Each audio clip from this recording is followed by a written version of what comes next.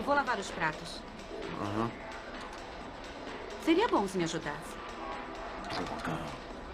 Tudo bem. A gente lava eles daqui a pouco. Ainda dá só uma circulada pelas ruas, tá? Gary, eu não quero lavar depois. Eu quero lavar agora. Vai levar 15 Não, minutos. meu amor, eu tô exausto. Eu queria só dar uma relaxadinha, tá? Dá pra me deixar sentadinho aqui um pouquinho? Pra fazer digestão, tentar aproveitar, curtir uma tranquilidade. Toma isso aqui, ó. Toma. Pra você esse, entendeu? Olha só, a gente pode lavar os pratos amanhã. Gary, eu não gosto de acordar com a pia cheia de louça. Quem liga? Eu ligo, tá legal? Eu ligo. Eu ralei o dia todo arrumando essa casa e preparando o jantar. Eu trabalhei hoje. Seria bom se você me agradecesse e me ajudasse a lavar os pratos. Tá bem, eu ajudo com a droga dos pratos. Ah, qual é? Quer saber? Não é isso que eu quero, não. Você disse que queria que eu ajudasse a lavar os pratos. Eu queria que você quisesse lavar os pratos. Posso saber por que eu ia querer fazer isso? Por quê? Tá vendo? Esse é o problema. Deixa eu ver se eu entendi. Peraí. Você quer me dizer que tá chateada porque eu não tenho uma vontade enorme de lavar pratos? Não, eu tô chateada porque você não teve uma vontade enorme de se oferecer pra lavar os pratos. Eu ofereci! Só depois que eu te pedi. Nossa, Brooke, tá pirando de novo. Não me chama de maluca, eu não sou maluca. Eu não te chamei de maluca, não te Acabou de chamei de chamar. maluca. Eu juro que não, eu disse que você tava pirando. Quer saber, Gary? Eu te pedi pra fazer uma coisa hoje, uma coisa simples. Me trazer 12 limões e você me trouxe Que 3. saco, se eu soubesse que ia criar tanto problema, eu teria trazido 24 limões. 24 não, uns 100 mil, 1 milhão. Sabe o que eu queria? Eu queria que todo mundo que tava naquela mesa tivesse seu próprio saco de limões. Gary, a Eu questão juro por não é o Deus, limão. Porque você só sabe falar Eu disso. só tô dizendo que seria legal se fizesse as coisas que eu peço. Seria mais legal ainda se fizesse as coisas sem eu ter que pedir. Eu me lembro de ter feito uma coisa hoje de manhã que você não me pediu. Esqueceu? Ah, dá um tempo. O quê? Tô Quer falando saber? sério. Para, Vem para, cá, tô que falando bobagem. sério, tô mesmo. Olá, muito bem-vindo ao nosso encontro de crescimento. Obrigado pela sua presença. Hoje começamos de uma forma diferente. Você acabou de assistir aí um vídeo um pouquinho tenso, mas dá uma amostra do que é relacionamento. E o nosso propósito aqui é falar sobre relacionamentos redimidos, para que a gente possa construir relacionamentos sinceros e positivos. Então, muito obrigado mais uma vez pela sua presença. E hoje vamos tratar sobre o tema sem opção.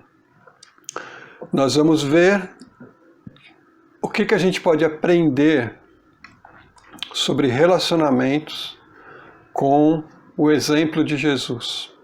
Tá certo? Qual é o modelo que a gente pode usar para relacionamento? E a gente falou na semana passada que a gente vive numa tensão, né, dos relacionamentos entre a presença do pecado e a presença da graça. Ora, os relacionamentos são amorosos, alegres, e ora os relacionamentos são tristes, né? E essa é a realidade, então, que a gente vive dos nossos relacionamentos. Vivemos nessa tensão, né? Dois extremos, nós vamos falar agora de dois extremos sobre relacionamentos, tá certo? Se você olhar aí na figura, você vai ver que há o extremo da imersão, sem você eu morro, e o extremo do isolamento, quero estar seguro. No extremo da imersão, você tem então o que a gente chama de codependência, são aqueles relacionamentos que são abusivos, às vezes são violentos, são agressivos, manipuladores, mas a pessoa não consegue se afastar desse relacionamento porque ela acha que se ela deixar o relacionamento, ela morre, não tem sentido para a vida dela isso. E do outro lado, no isolamento, é a questão da segurança. Eu não vou me envolver, eu não vou imergir nesse relacionamento porque eu quero segurança, eu quero me blindar. Então o relacionamento muitas vezes é vazio, sem uma conexão muito forte e um pouco superficial. E qual é a sua tendência? Você tende a buscar isolamento ou imersão? Você está mais perto da independência ou da codependência? Embora a maioria não viva nesses extremos, nossa tendência é nos aproximar de um destes lados. É importante que você possa ver aí, a gente não está no extremo, Eu espero que você não esteja vivendo em nenhum desses extremos.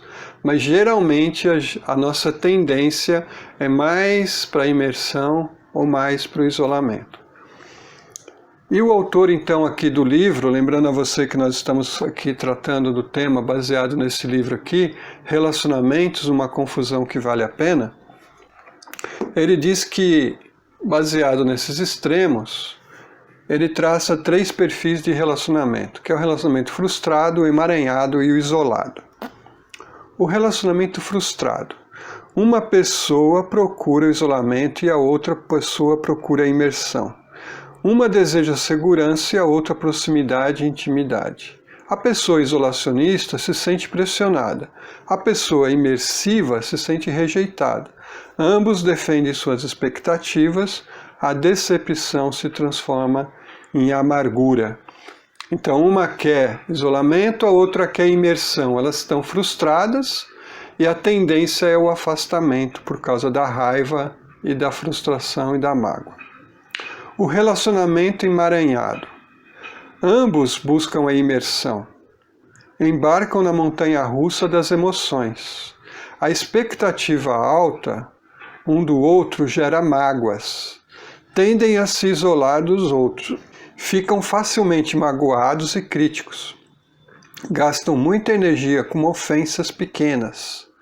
Relacionamento exaustivo e com pouca paz.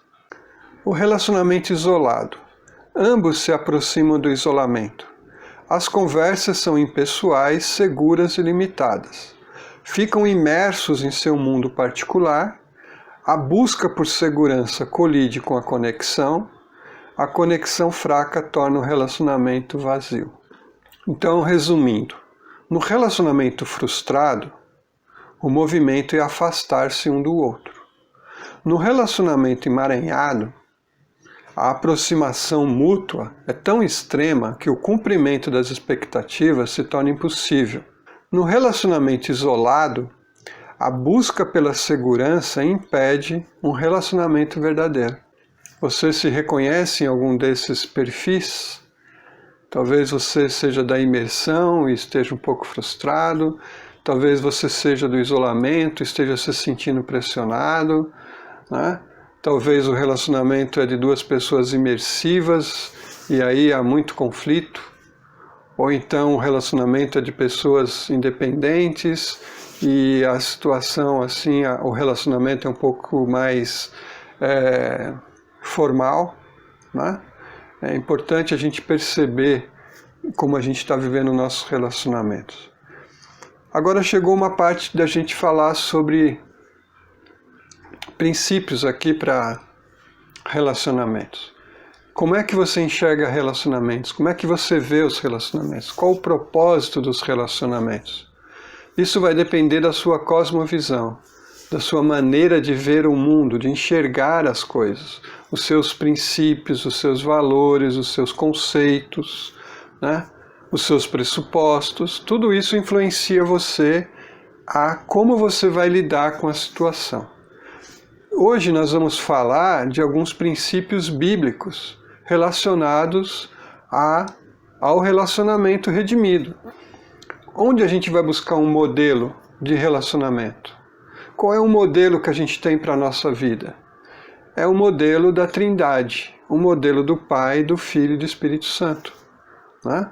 A gente vai estar baseado aqui, o que a gente vai falar, está baseado no texto de João, Evangelho de João, capítulo 17, do verso 20 ao 26, que é a oração de Jesus.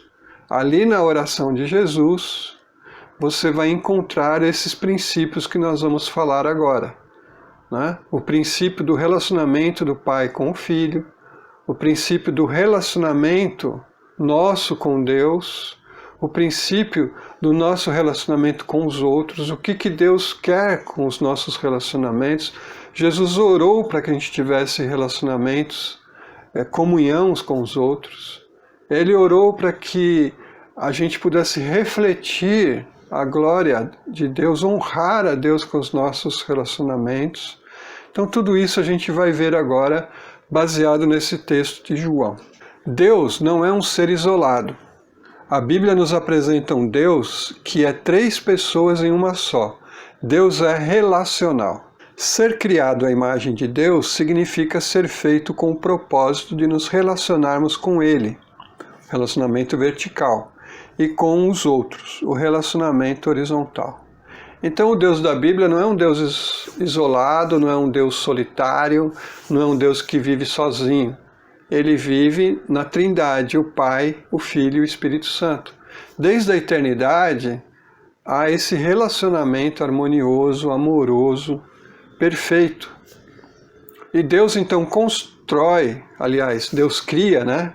Deus cria o ser humano para ter comunhão com Ele. Deus quer que o homem tenha esse relacionamento que Deus tem na Trindade. Então o propósito de Deus é que o homem tenha relacionamento com Ele e relacionamento com o próximo. É isso que a gente vai encontrar aqui na oração de Jesus. Deus é a única comunhão em todo o universo que funciona adequadamente. Deus Pai, Deus Filho e Deus Espírito Santo possuem um relacionamento perfeito, amoroso e eterno. Fomos criados para relacionamentos e Jesus sabe como nos ajudar em nossa comunhão, porque Ele é uma comunhão. Então, se existe um modelo adequado de relacionamento, é a Trindade, o Pai, o Filho e o Espírito Santo. E é esse modelo que a gente tem que espelhar. A Trindade é o único modelo adequado para a comunhão humana. Exemplo prático de comunhão amorosa, cooperativa e unificada. Se Deus nos fez a semelhança dele, podemos nos sentir encorajados que Ele nos dará a graça para vivermos em comunhão uns com os outros. Então, se Deus vive em comunhão e quer que a gente viva em comunhão, podemos contar com a presença dele na nossa vida para termos força, capacitação para os nossos relacionamentos. As pessoas feitas à semelhança de Deus foram feitas para a comunhão. Apesar de sermos pessoas falhas em relacionamentos falhos, fomos criados como seres sociais. A comunhão de um com o outro não é apenas uma obrigação, é um aspecto da nossa humanidade. Então, o homem e a mulher são seres sociais. E nós não somos sociais porque aprendemos a ser sociais com a nossa família, com a nossa sociedade.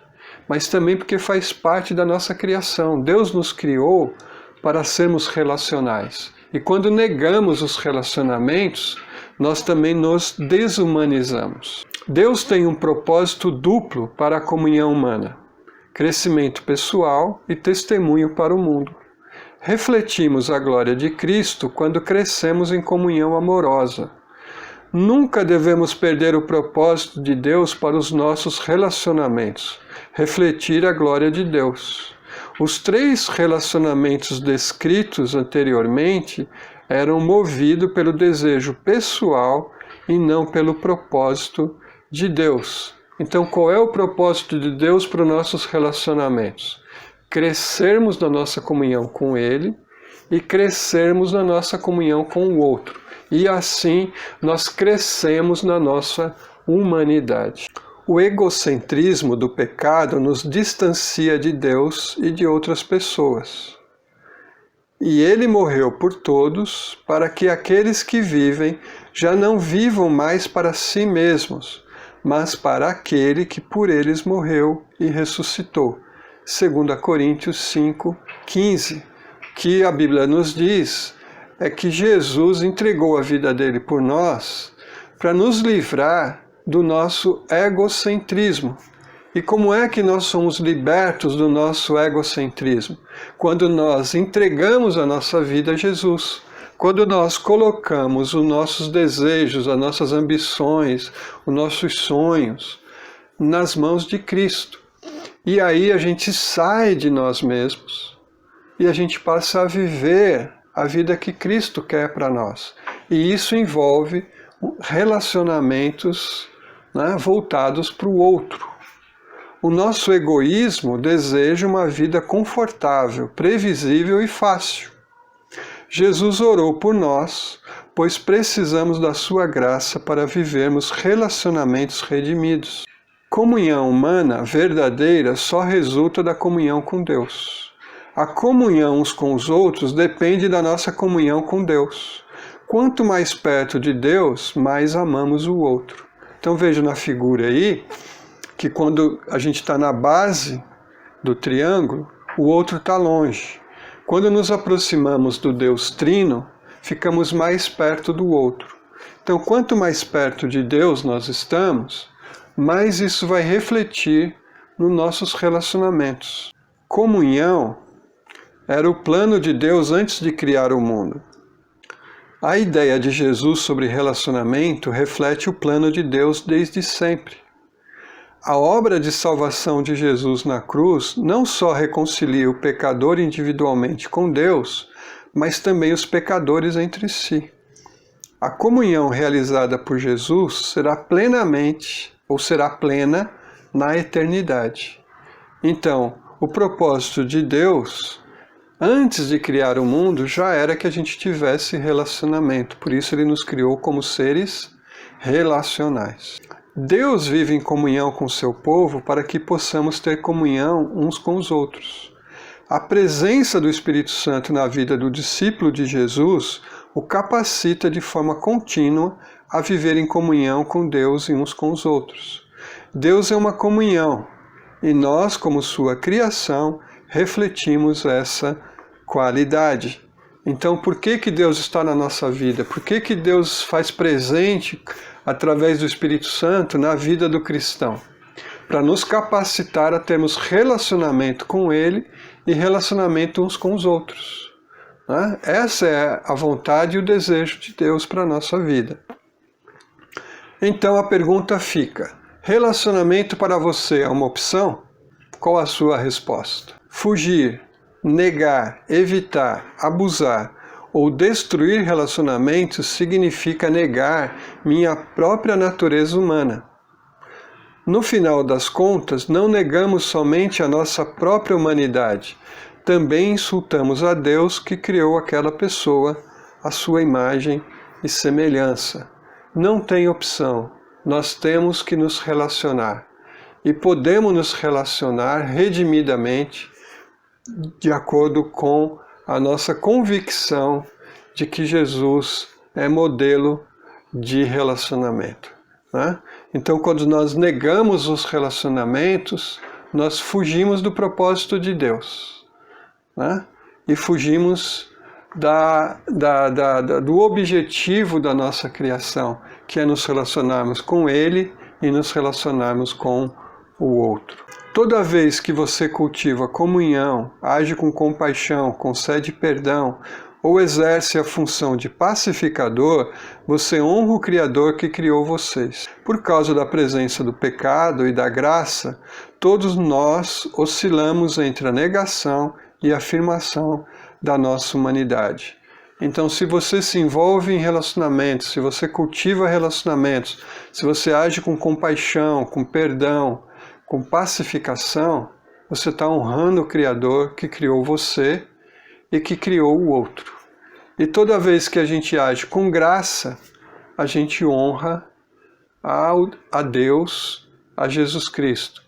E quando o pecado se manifesta, aí a gente acaba desonrando a Deus. Por isso a Bíblia diz que a gente tem que se arrepender, confessar o nosso pecado, abandonar o pecado e voltar a viver de acordo com a vontade de Deus.